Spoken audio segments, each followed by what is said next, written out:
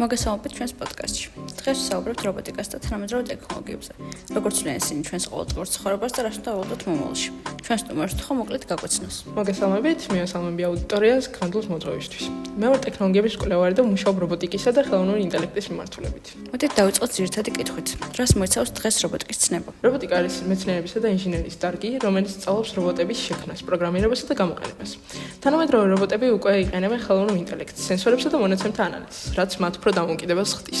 რომელ სფეროებში გამოიყენება რობოტები ყველაზე აქტიურად? რობოტები ფართოდ გამოიყენება მედიცინაში, წარმოებაში, განათლებაში, ლოგისტიკაში და კოსმოსურ კვლევებში. მაგალითად, ქირურგიული რობოტები ზრდიან ოპერაციების სიზუსტეს, ხოლო ინდუსტრიული რობოტები ამცირებენ ადამიანის ფიზიკურ დატვირთვას. ხშირად ისმის შიში, რომ ტექნოლოგიები ადამიანებს სამუშაო ადგილებს ჩანაცვლებს. როგორ ფიქრობთ, რამდენად რეალურია ეს? ნაწილობრივ. ზოგიერთი პროფესია მართლაც იცვლება ან ქრება, თუმცა პარალელურად ჩნდება ახალი სპეციალობები. ტექნოლოგიები უფრო მეტად ადამიანის დამხმარეა, ვიდრე შემცვლელი. როგორ უნდა მომზადოს საზოგადოება ტექნოლოგიურ მომავლისთვის? ყველაზე მნიშვნელოვანი ასპექტია განათლება. ციფრული უნარების განვითარება, კრიტიკული აზროვნება და ტექნოლოგიებთან ადაპტაცია.